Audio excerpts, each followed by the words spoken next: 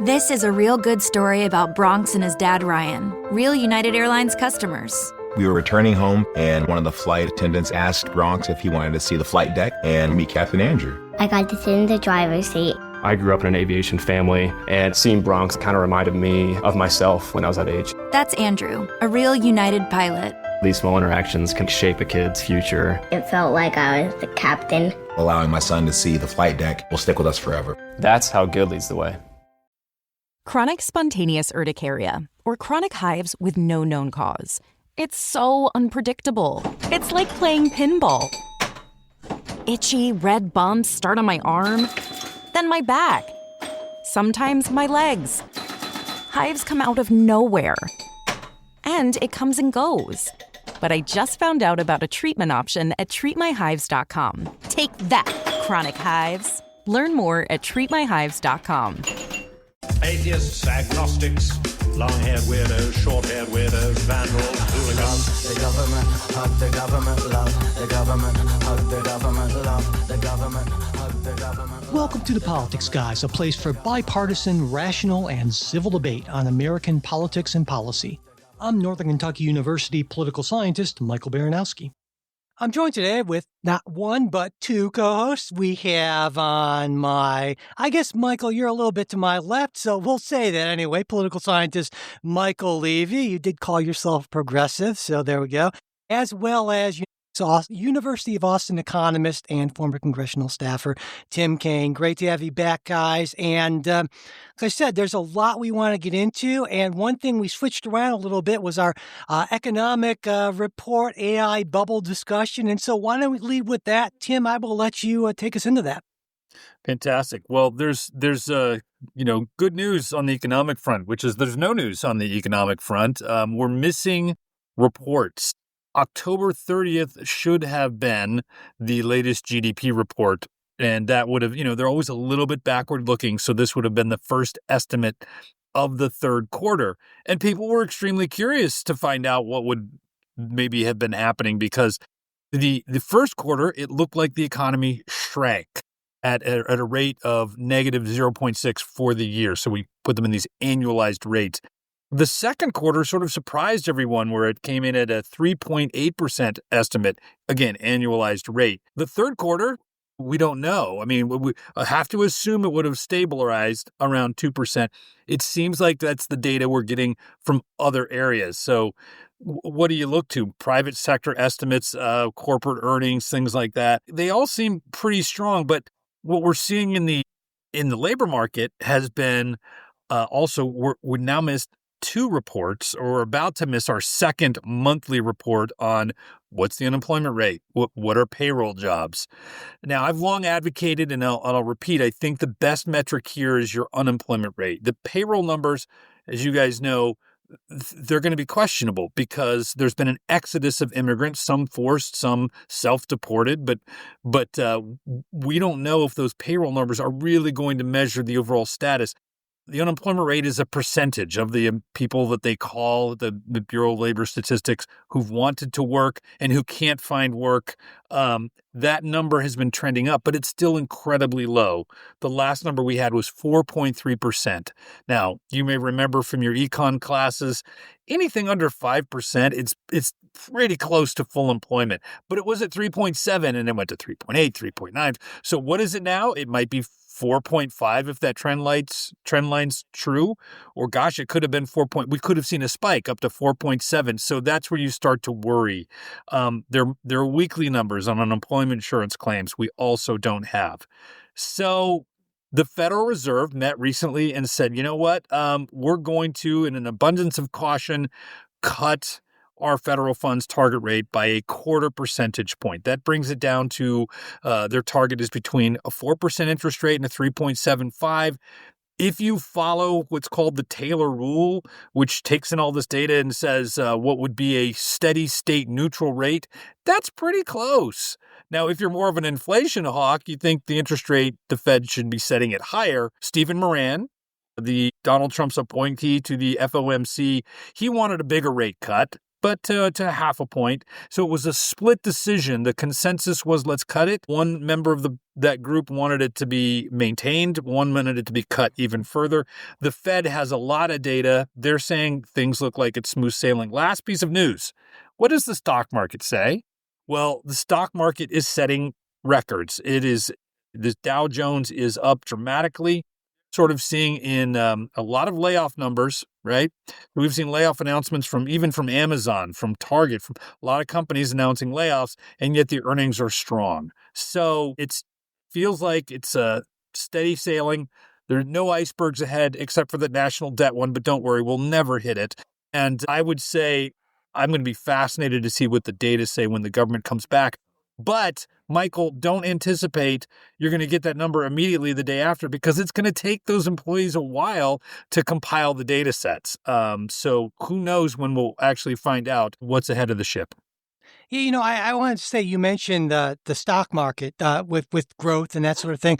I guess I would want to amend that slightly. What I guess I would say is not so much the stock market, but AI and tech stocks. I mean, if you take a look at, I was still reading a various analysis, but AI let me pull back. Since November of 2022, which is when GPT launched, AI-related stocks have accounted for, this blew my mind, 75% of S&P 500 returns, 80% of earnings growth, and 90% of capital spending growth. And if you take a look at our economic growth, take out that AI stuff, it's something like for the second quarter, 0.1%. So basically, flat economic growth.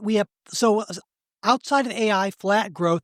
Then we have inflation, which has been creeping up for the last few months. It's now at around 3%. The Fed, of course, wants it to be more like right around 2%. And in part, that's because we're starting to see tariff costs being passed along to consumers. I mean, the St. Louis Fed recently reported that companies pass an average of 35% of tariff costs on to consumers.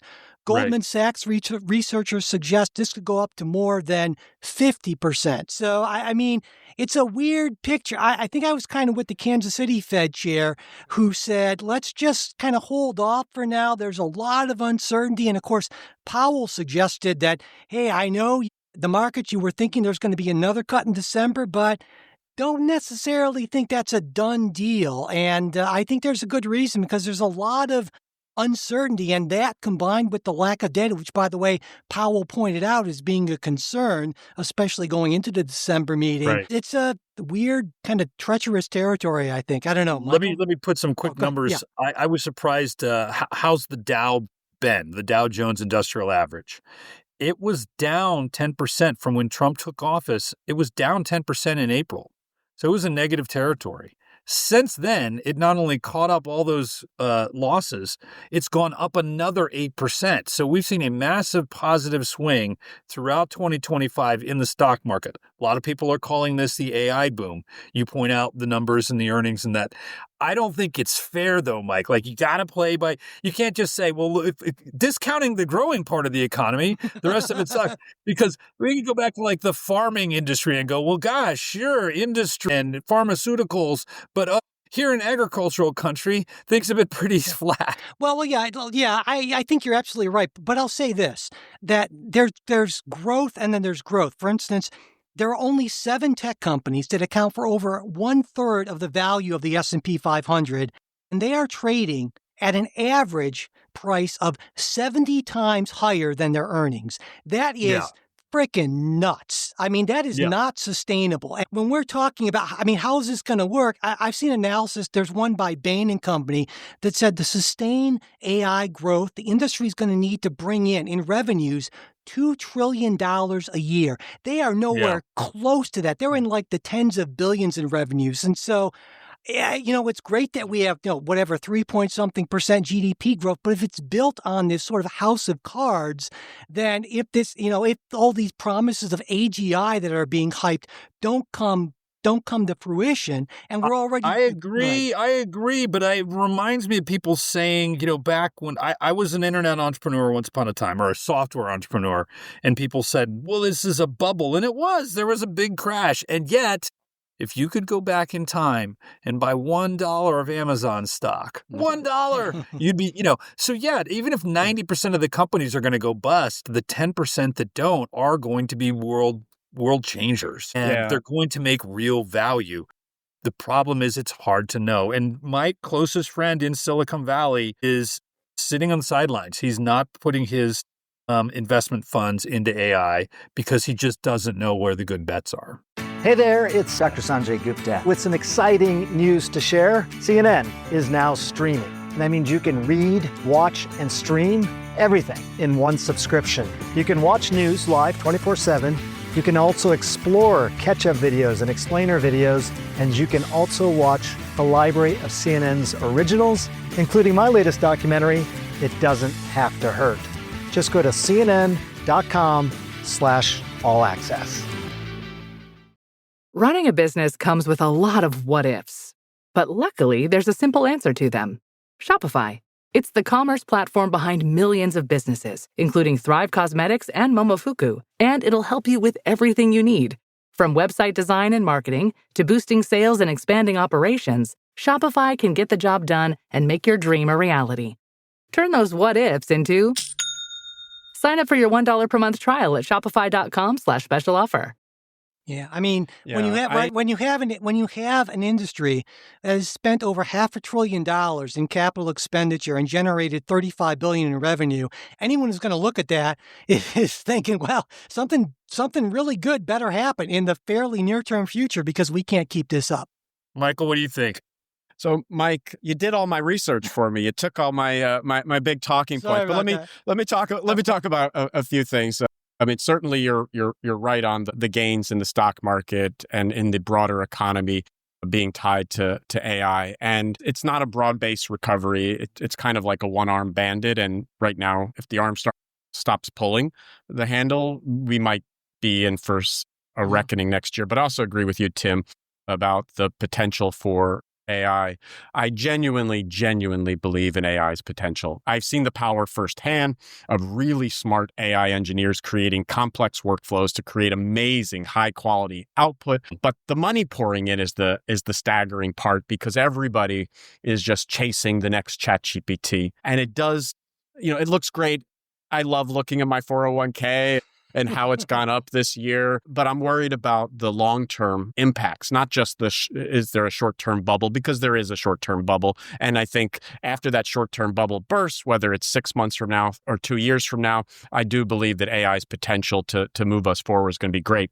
But what I do worry about is the long-term social cost. AI is already impacting and replacing white-collar workers, writers, analysts, junior coders, help desk employees, the way automation replaced steelworkers and miners, or the dislocation economy happened decades ago. So some firms will use the AI productivity gains to make employees more productive. Others will use it just for layoffs. And it's funny, I listened to the Chuck Todd podcast, and he talks about how he's short-term pessimistic and long-term optimistic. I'm actually short-term optimistic and long-term pessimistic because I do feel like there's, for white-collar America, they're likely to feel the same kind of displacement that blue-collar America and blue-collar workers throughout the world faced 40 years ago. And so, I see the power of AI, and I am really enthused about the opportunities, but worried about what the impact's going to be on many of my colleagues, and especially people in their 40s and their 50s who become potentially expendable, but also even people in their 20s and their 30s in this economy. Think about all the kids who went into software engineering. Now you can kind of vibe code and get the same result without the computer science degree that you needed a few years ago. Well, I got to say, when it comes to AI, I am short-term pessimistic and long-term pessimistic. So it's just generally, and the reason why is I think we've seen a number of studies now come out saying that we haven't seen any productivity gains, which reminds me, and all of us are old enough to remember all the dot-com boom and bust, with all this talk about it was going to revolutionize the paperless office and everything was going to happen immediately. And we've seen that these changes take a lot more time than the companies, the promoters, the early adopters like to think. And of course, there's going to be a lot of pain in between. To give you a sense of how bad it could be, during the dot-com bust, between March of 2000 and October of 2002, the S&P 500 fell by almost 50%.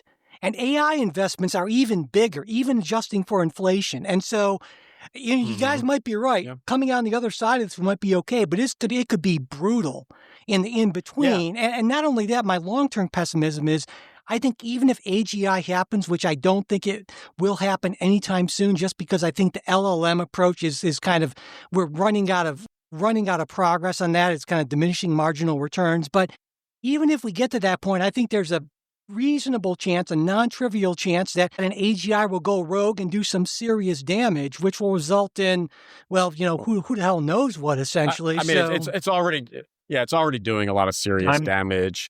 All right, I'll make my case here now for why you need to be an optimist on AI. Please do.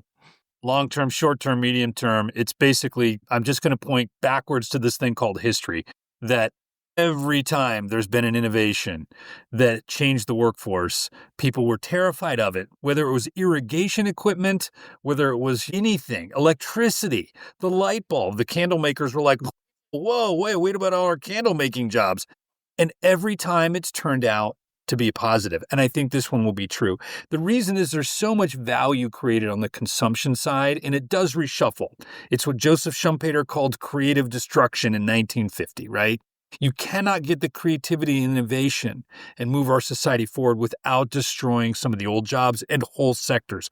And it looks terrifying, but Mike, you just said something important. It tends to go a lot slower than you think. Yeah. So we see new jobs that have been created. You can never know what the next new jobs are, but physical therapists is a brand new sector in healthcare that is one of those things where you get more hands-on nurturing because they've been liberating from working in the salt mines and working in the factories. I have a framed copy of a Time magazine cover from 1980, The Robot Revolution. And is it going to steal all these jobs? Well, the fact is it did. About half of our manufacturing jobs just don't exist now, but those people have moved into other sectors. Where I'm most optimistic is, let's think on the consumption front, not to get too personal, but almost lost one of my babies because the doctors were giving us bad advice. This is 20 years ago. I had the power as an academic to go in and read the research literature and find out the course of action they were prescribing that they thought would make my daughter's mom healthy would have made her worse and would have lost the baby. And the doctor was like, whoa, to be confronted with actual research and data. AI now does that for everybody. You don't need to have even a high school diploma to be able to go, hey, I've got these weird symptoms. What do you think? Yeah. The kind of care and attention the doctors don't give now that they used to give, they can now, the AI companies will tell you, hey, be careful with that. We're not trying to replace the medical community. But the fact is we have access to advanced knowledge at the fingertips of some of the least educated people. And I think it's glorious. We hope you enjoyed this preview of our supporters-exclusive midweek show. If you'd like to hear the rest of the episode, we hope you'll consider becoming a supporter. Supporters get ad-free access to all of our shows, membership in our Politics Guys Discord group where you can join in on the conversation, and other benefits at different levels of support. To become a supporter, go to patreon.com/politicsguys. You can also support us through Venmo or @politicsguys or through PayPal. You'll find all of our support links in the show notes as well as at politicsguys.com/support. And if you'd like to get the midweek show, but you're not in a position to become a financial supporter, that's not a problem. Just send me an email at mike@politicsguys.com, and I'll be happy to get that set up for you.